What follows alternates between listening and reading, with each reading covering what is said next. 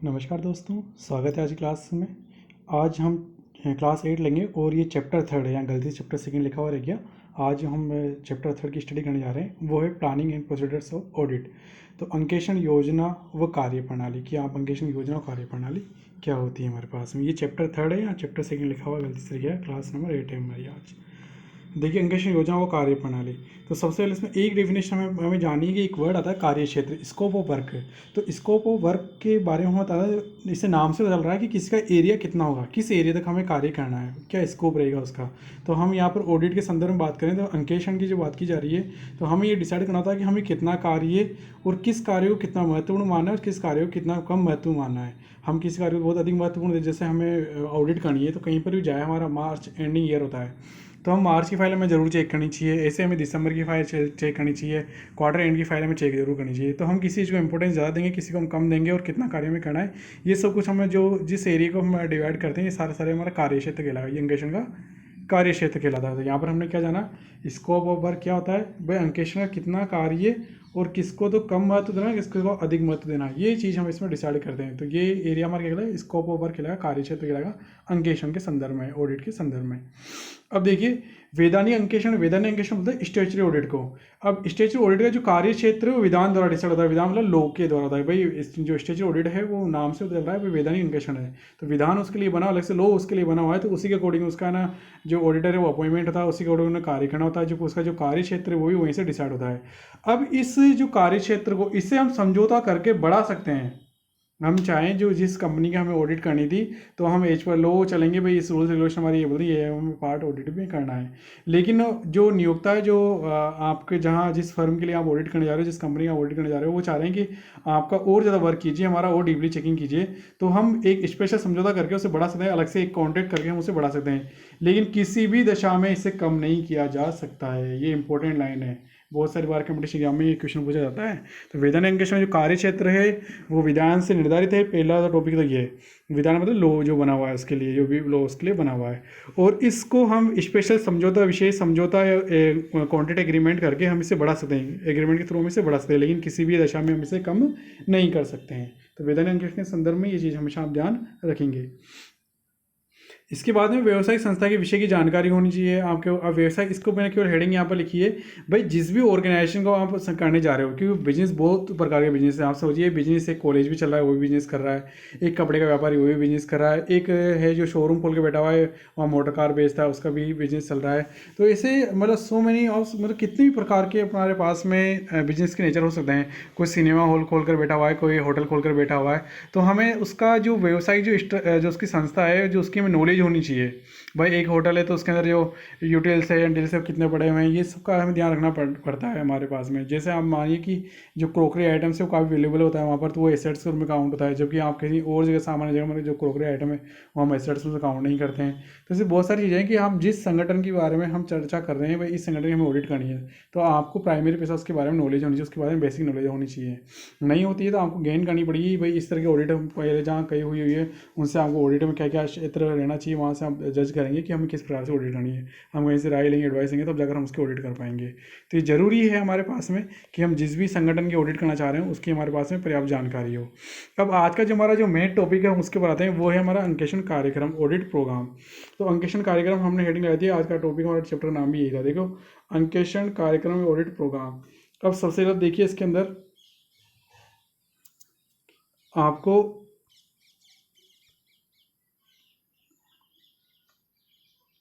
अंकेक्षण का जो कार्यक्रम है, ऑडिट है, वो क्या है, कार्य की योजना है। आपको ये क्या है, वो अंकेक्षण कार्यक्रम है, भाई कार्य की योजना है। भाई हम योजना, हम प्लान कर रहे हैं, एक प्लान एक तरीके से। और किसका प्लान है, वर्क का, कि हमें कितना कार्य करना है, कैसे करना है, कब करना है, किसके द्वारा का कितना कार्य किसके से कराना है, ये सारी चीज़ें की हम प्लानिंग करते हैं। वही प्लानिंग हमारा क्या कहलाती है, अंकेक्षण कार्यक्रम, मतलब ऑडिट प्लानिंग कहलाती है हमारे पास में। ऑडिट प्रोग्राम हमारा कहलाता है। तो ऑडिट प्रोग्राम में होता क्या है, जो भी कार्य आप करने वाले हो उसकी पहले से प्लानिंग कर की जाती है। भविष्य के अंदर आप कौन कौन से कार्य करोगे और किस किस के थ्रू आपको करानी चाहिए, ये सारी योजना बनाई जाती है। अब जैसे यहाँ आगे कार्य की योजना, अब कार्य क्या क्या है, भाई हमें कब से स्टार्ट करना है, कहाँ पर रहकर हमें करना है, उसको ऑफिस जाना है या हमारे ऑफिस फाइलें मंगानी है, कैसे करना है और कितना कार्य करना है, भाई इस लेवल तक हम करेंगे। तो हमारे जितने भी क्वेश्चन है, क्यों, कब, कैसे, कितना, कहाँ से करना है, ये सबका जो आंसर हमें मिलता है वही हमारा कार्य की योजना कहलाती है।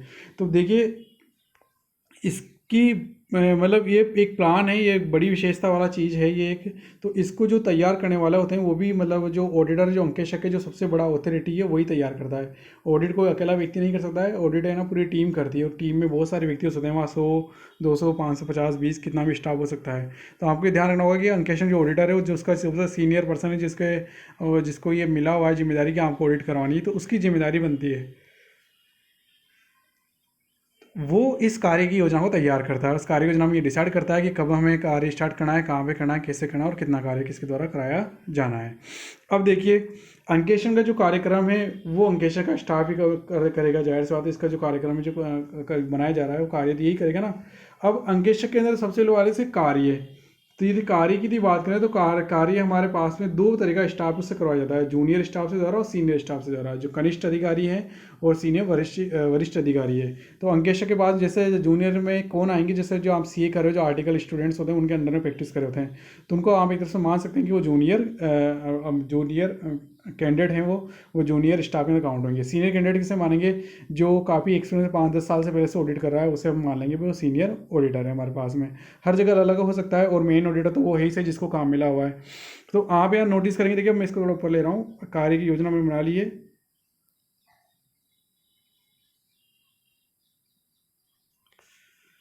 तो अंकेशर का जो स्टाफ है वो, जूनियर जो स्टाफ है वो तो प्रमाणन का कार्य करता है, वाउचिंग का कार्य करता है, वाउचर्स को चेक करता है। वो ध्यान रखना, क्या किसको चेक करता है, केवल वाउचर्स को चेक करता है। तो जूनियर स्टाफ क्या होता है, क्योंकि वो उसके पास में कम नॉलेज होती है, उसको अनुभव नहीं होता है, इस कारण से छोटा कार्य कराया जाता है। छोटा कार्य क्या होता है, सबसे पहले वाउचर को चेक करना होता है। भाई जब भी कोई चीज़ हमें खरीदी जाती है, बेची जाती है, तो उसके पीछे एक वाउचर लगा रहता है, भाई कितनी डिमांड थी, कितना हमने बेचा है, कितना क्या है, सब कुछ। तो वाउचर की जो चेकिंग करी जाती है वो कौन सा स्टाफ करता है, जूनियर स्टाफ करता है। फिर इसके बाद आता है सत्यापन। सत्यापन क्या होता है, वेरिफिकेशन। वेरिफिकेशन क्या बड़ा वर्ड है, बड़ी टर्म है। सत्यापन वेरिफिकेशन करना एक आसान काम नहीं, इसके लिए एक पर्याप्त अनुभव होना चाहिए। तो ये कार्य हम किसके द्वारा कराते हैं, सीनियर स्टाफ के द्वारा। अब सत्यापन होता कहाँ है, सत्यापन होता है जो आपका जो बिजनेस है उसके एसेट्स कितनी, उसकी लायबिलिटीज़ कितनी है, उसका सत्यापन होता है। मैं आपके पास में बैंक बैलेंस, उसका सत्यापन होगा कि सर्टिफाइड है कि हाँ सब ये बैंक बैलेंस है ही सही आपके पास में।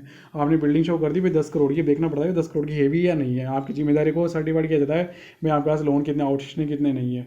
तो इन सब का जो डिसीजन लिया जाता है, इन सब का जो सत्यापन वेरिफिकेशन जो कार्य किया जाता है, तो किसके द्वारा, सीनियर स्टाफ। सत्यापन किसका होता है, एसेट्स और लायबिलिटी का होता है। जबकि वेरिफिकेशन वाउचिंग होता है वो किसका होता है, वाउचर का होता है। वो वाउचिंग किसका होता है, प्रमाणन किसका होता है, वाउचर का होता है।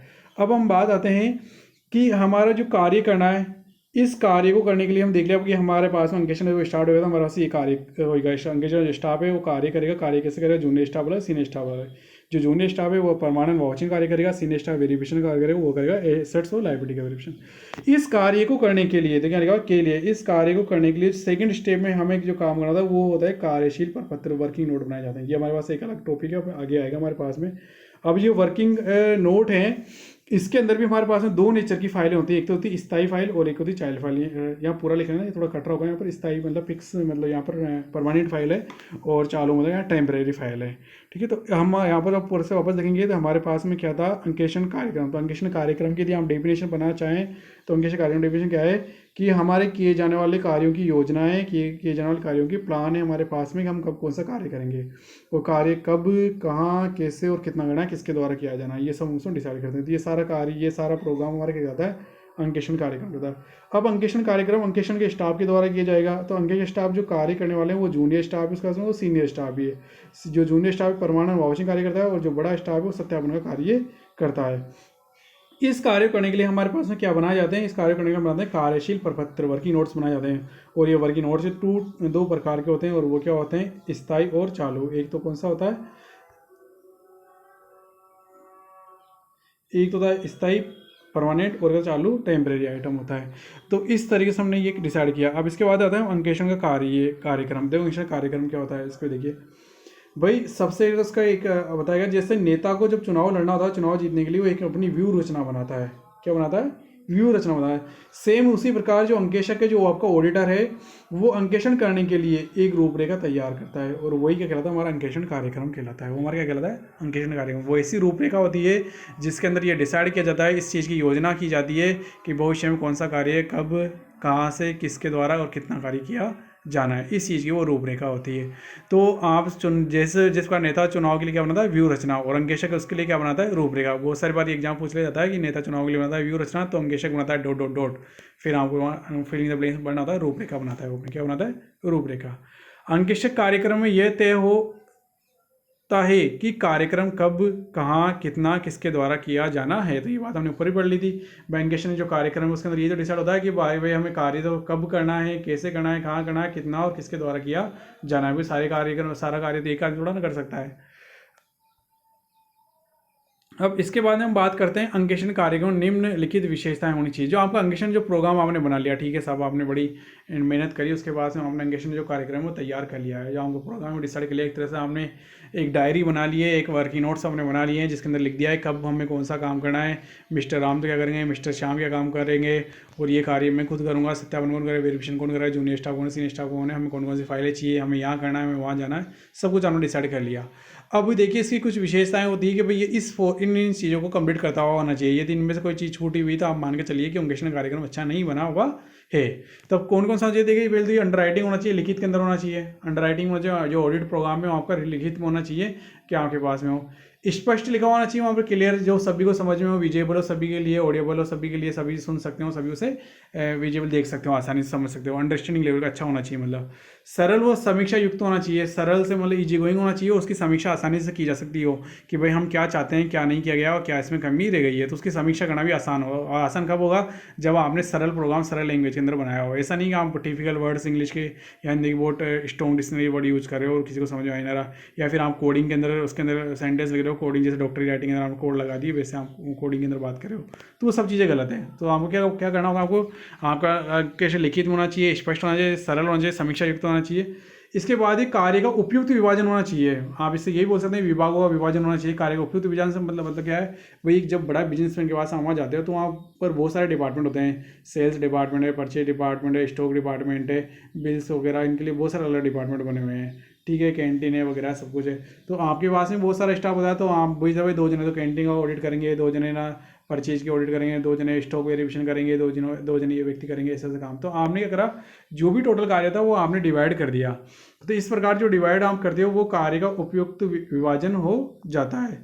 अब सबसे बड़ी अच्छी जो विशेषता है वो इसमें लोचशीलता होनी चाहिए। इसके ऊपर कहीं बार क्वेश्चन होता है कि क्या विशेषता होनी चाहिए, लोचशीलता। लोचशीलता के मतलब क्या, कंफर्टेबिलिटी होनी चाहिए उसके अंदर, मतलब कि आप जब चाहो जब उसके अंदर चेंज कर सकते हो। उसके अंदर स्ट्रॉन्गनेस नहीं होनी चाहिए उसके अंदर, ऐसा है तो ऐसा ही, जरूर नहीं है भाई मिस्टर राम से ये कार्य कराओगे तो राम नहीं आ पा रहा है, राम करने में असमर्थ हो रहा है, या फिर राम की अच्छी क्वालिटी नहीं आ रही है, तो आपको चेंज करने का ऑप्शन आसानी से होना चाहिए कि तो चलो राम को दूसरा काम कराते हैं, ये मिस्टर श्याम से करवाना चाहिए हमें। तो कुल मिलाकर बोली गई है कि लोचशीलता होनी चाहिए, कंपेटिबिलिटी होनी चाहिए कि भाई आप उसमें जल्दी से चेंज कर सकते हो। रीचेकिंग की होनी चाहिए, उसके अंदर पुनर्जांच की व्यवस्था होनी चाहिए कि इस प्रकार से हो कि हम उसको वापस जांच कर सकते हो कि हमारे पास हमने जो प्लानिंग की है वो सही है या गलत है। सर्वोत्तम साक्ष्य का प्रयोग होना चाहिए उसके अंदर, जब हम तैयार करें तो हमसे उसके अंदर हम लिखना चाहिए, जैसे हम ऑडिट प्रोग्राम बनते हैं तो हमें किसी कार्य करने के लिए हम पहले से नोट बनाते हैं कि हमें ये डॉक्यूमेंट्स तो चाहिए। तो हम जब जिन डॉक्यूमेंट्स का नाम लिखते हैं, जिन डॉक्यूमेंट्स की हम लिस्ट मांगते हैं या फोटो कॉपी मांगते हैं, उन डॉक्यूमेंट्स को सर्वोत्तम साक्ष्य के रूप में मानते हुए लिखना चाहिए। आपको ये मानना चाहिए ये सुप्रीम एविडेंस है, उनसे बड़ा कोई एविडेंस नहीं है। तो हमें जब ऑडिट प्रोग्राम करते हैं तो हमें भाई सेल्स बुक चाहिए, आपको परचेज बुक चाहिए, आपको ग्राहकों से कितनी डिमांड नोट थी वो चाहिए, जो भी आपको चाहिए वो आप वहाँ पर लिख सकते हो, वही हमें ये सारी चीज़ें चाहिए। लेकिन वो शर्त क्या है आपकी, वो सर्वोत्तम होनी चाहिए, सबसे अच्छी, मतलब सबसे अच्छी आपको एविडेंस होनी चाहिए। तारीख हस्ताक्षर आदि के कॉलम बने हुए होने चाहिए आपके पास में। तारीख हस्ताक्षर कॉलम भाई कब किसने कौन सा कार्य किया है, तो उसके तारीख और हस्ताक्षर का कॉलम भी उसके अंदर बने हुए होने चाहिए। अब आगे बताया गया है, तो कुल मिलाकर इस तरह से इसकी कुछ विशेषताएं जो बताई है मैंने, इनके खुलकर व्याख्या नहीं करी है यहाँ पर, मैंने यहाँ आपको समझा दिया है कि सारे पॉइंट्स आप होने चाहिए। इनके अंदर आप लिख सकते हैं, कुछ भी अपनी तरफ से बना के लिख सकते हैं। लिखित होना चाहिए, स्पष्ट है, सरल है, समीक्षा युक्त, कार्य उपयुक्त विभाजन है, लोचशीलता है, पुनर्जांच, सर्वोत्तम साक्ष्य, तारीख व हस्ताक्षर आदि के कॉलम होने चाहिए। अब अंकेक्षण कार्यक्रम में कार्य का विभाजन इस प्रकार किया जाता है। देखो ये वापस वही पॉइंट है जो हमने लिया। अंकेक्षण कार्यक्रम में कार्य का विभाजन इस प्रकार किया जाता है कि जूनियर स्टाफ या क्लिनिकल स्टाफ, जो छोटा स्टाफ है वो तो प्रमाणन का कार्य करेगा, और जो सीनियर स्टाफ है वो सत्यापन का कार्य करेगा, वो वेरिफिकेशन कार्य करेगा। तो पहले बताया था भाई वेरिफिकेशन एक बड़ी टर्म है, इसके लिए बड़े ज्ञान की आवश्यकता होती है, तो इसे कौन करेगा, सीनियर स्टाफ करेगा। ये किए जाने वाले कार्य को पूर्ण वितरण है। तो भाई जो भी कार्य हमें करना है उसका पूर्ण वितरण है कि आपको कौन सा कार्य करना है, कौन सा नहीं करना है। तो हमारे जो समस्त कार्य जो हमारे किए जाने वाले फ्यूचर में, उसका पहले से लेखा जोखा है कि हम कितना कार्य हम करेंगे और कितना कार्य हम नहीं करेंगे। सारी चीज़ें उसका लिखना होता है, मतलब कार्य का पूर्ण वितरण है, पूरा स्टेटमेंट है कि हमें कौन कौन से कार्य करने हैं। अंकेक्षण जो कार्यक्रम है वो इसके अंदर बताया गया, ये इसकी डेफिनेशन बताया अंकेक्षण कार्यक्रम क्या है। अंकेक्षण प्रक्रिया या योजना को अपनाने के लिए क्रमबद्ध योजना है। जो अंकेक्षण प्रक्रिया है, जो ऑडिट जो प्रोग्राम है, आपको अंकेक्षण जो प्रोसेस है जो आप अपनाने वाले हो, उसकी क्रमबद्ध योजना। क्रमबद्ध योजना मतलब आपकी प्लानिंग है, प्रॉपर प्लानिंग है आपकी कि आपको किस तरीके से आपको कार्य करना है। ठीक है, सब कुछ ये लिंकेड प्लानिंग है आपकी, क्रमबद्ध योजना है आपकी।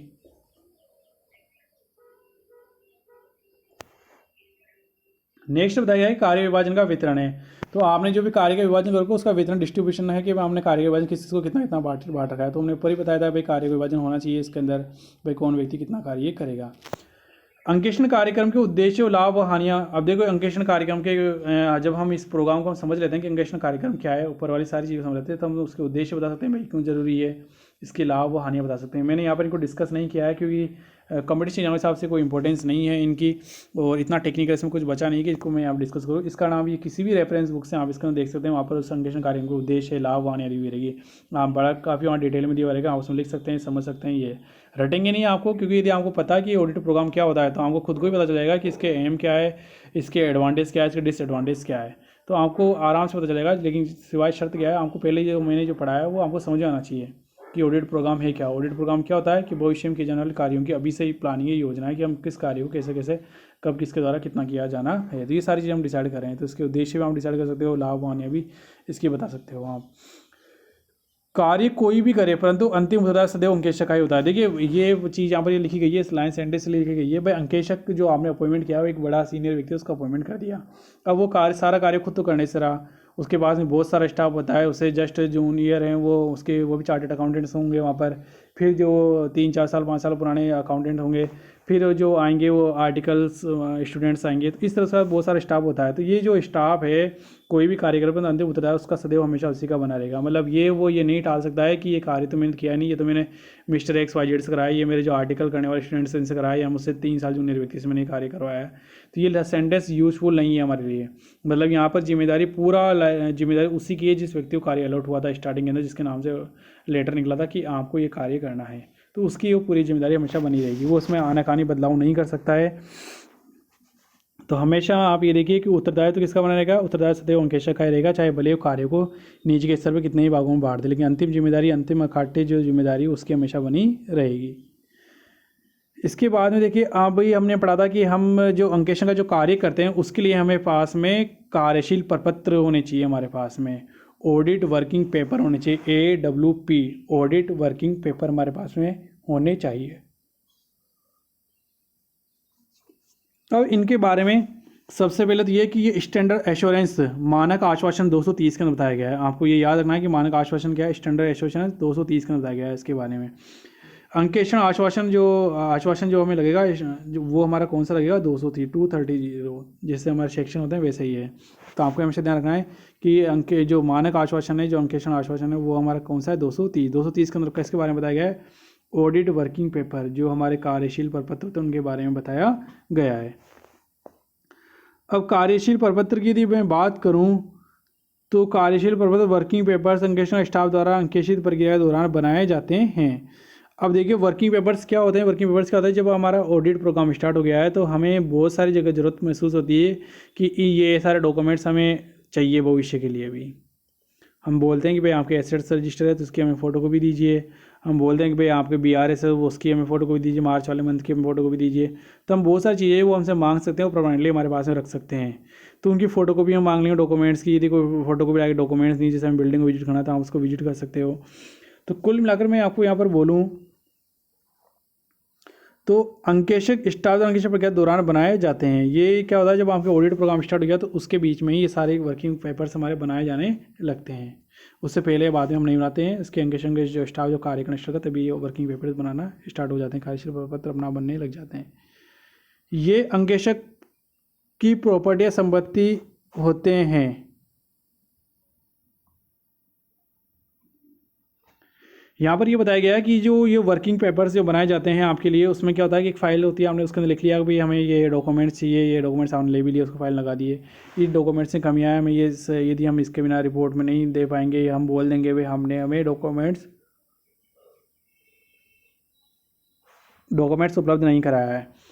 तो अब देखिए इसमें क्या होगा, नियोक्ता उन्हें देने के लिए अंकेशक को बाध्य नहीं कर सकता। इसके लिए बताया गया है कि जो अंकेशक के जो ऑडिट पेपर्स हैं, जो वर्किंग पेपर्स हैं, जो अंकेषण वर्किंग पेपर्स है, जो ऑडिट वर्किंग पेपर्स है, उन पे केवल किसका अधिकार है, अंकेशक का अधिकार है। जो नियोक्ता है, जो कंपनी का मालिक, वो ये नहीं बोल सकता है कि आप हमें ये लौटा कर जाइए। ठीक है, ध्यान रखिए, वो कभी भी नहीं बोल सकता है कि आपको वो लौटा कर जाने, कभी भी इस चीज़ की डिमांड नहीं कर सकता है। तो ये अंकेशक के प्रॉपर्टी संपत्ति होते हैं, वो उसके खुद की निजी पर्सनल संपत्ति है, इस पर बाहर वाले व्यक्तियों को कोई अधिकार नहीं होता है। अंकेशक प्रपत्र अंकेशक को ऑडिट रिपोर्ट पर हस्ताक्षर करने के उपरांत ही 7 वर्षों से सुरक्षित रखा जाना चाहिए, क्योंकि प्रपत्र किसी भी कानूनी वाद विवाद में उसके साथ के रूप में काम में आएंगे। तो जो कार्यशील प्रपत्र हैं, जो वर्किंग पेपर्स है, जो अंकेशक के द्वारा बनाए गए हैं, वो ऑडिट रिपोर्ट हस्ताक्षर करने के उपरांत भी 7 वर्ष से सुरक्षित रखे जाने चाहिए। तो इंटरनेशनल लॉ तो इसके लिए 7 वर्षों के लिए बोलता है, आगे बताया गया जाएगा कि इंडियन लॉ इसमें साइलेंट है, इंडियन कंपनी एक्ट इसमें बिल्कुल साइलेंट है। तो वहाँ पर बताया गया है कि सामान्यतः में 8 वर्षों तक हमें संभाल कर रखने चाहिए, वो आगे आएगा।